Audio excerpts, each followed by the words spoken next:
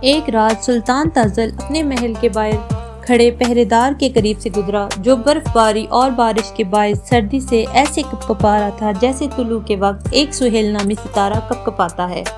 اس پہرے دار کو دیکھ کر سلطان کو بہت رحم آیا۔ میں ابھی جا کر گرم کمبل تیرے پاس بھیج دیتا ہوں، تو اسے اپنے جسم پر لپیٹ لینا، یہیں کھڑے ہو کر انتظار کرو، میرا غلام تجھے کمبل دے جائے گا۔ وہ ابھی باتیں کر رہے تھے کہ اچانک تیز ہوا بھی چلنا شروع ہو گئی، تو بادشاہ بھاگ کر اپنے محل میں گھس گیا۔ اس کا ایک خوبصورت گھوڑا تھا جس سے اسے بہت محبت تھی۔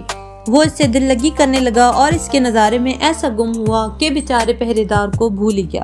قدرت کی ستم ظرفی دیکھیے کہ پہلے سردی کی تکلیف کیا کم تھی کہ اب انتظار کی زحمت بھی کھینچنی پڑی۔